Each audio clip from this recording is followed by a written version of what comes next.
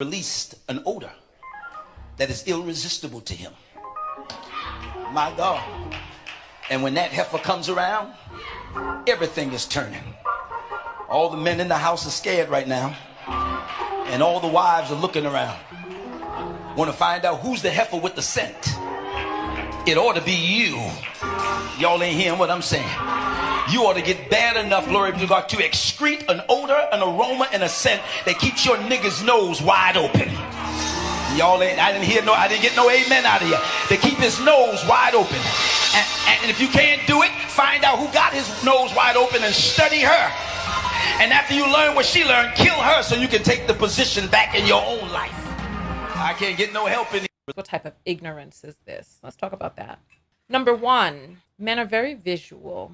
And the more he gets used to your looks, the more he'll just become accustomed to your looks. Doesn't matter how beautiful you begin. Beauty shifts. Not only does your perception of a person's beauty shifts, but youth fades. We start talking about how there's a woman in it and nigga, when she come in the room, that need to be you. And it's like, it's too much. We got women jumping through too many damn hoops. I'm so tired of the positing as if there's something that women have to do to keep a man that doesn't want to be kept. If your man is entangling himself up with another woman, he has already made the choice and the decision that he's going to invite other female energy into your relationship. If he's looking at younger and prettier, there is no way to study that because youth fades. And imagine the audacity. Imagine the audacity of telling a woman who has been with a man that she should study somebody else who he has decided to give his interest to. You know your man. If he is entangling himself with something new, it's because he wants to be with someone who does not know him. Listen, by no means am I telling you to quote unquote, let yourself go or not take an interest in your looks and all of that. But what I'm telling you is stop pretending as if it is a woman's job to try to wrangle the attention of her man. People who want to be in a relationship, in a long-term committed monogamous relationship, first of all, there's no excuse for cheating. What is he talking about? If she got your nigga, why that need to be yours? It's too much. Stop acting as if men are mindless, senseless beasts.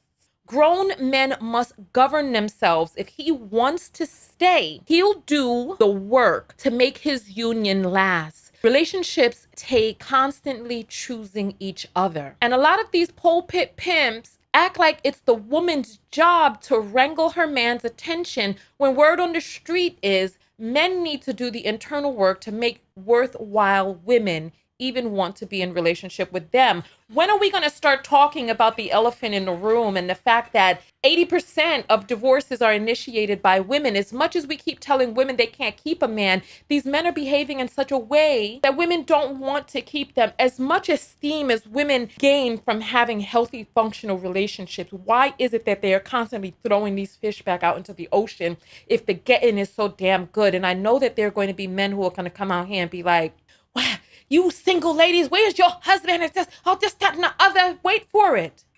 And I want you all to start responding to these men and just be like, well, listen, if men are that damn good, why don't you get yourself a husband? If on average that we have to be assessing our worth and value based on whether or not we are in relationship with a man, if they're that damn good, why don't you go get yourself a husband and see if you can jump through all of those hoops.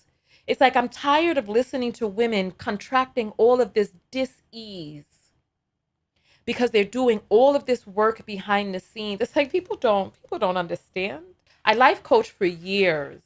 And one of the things that I found is that married women were tired, just so damn tired.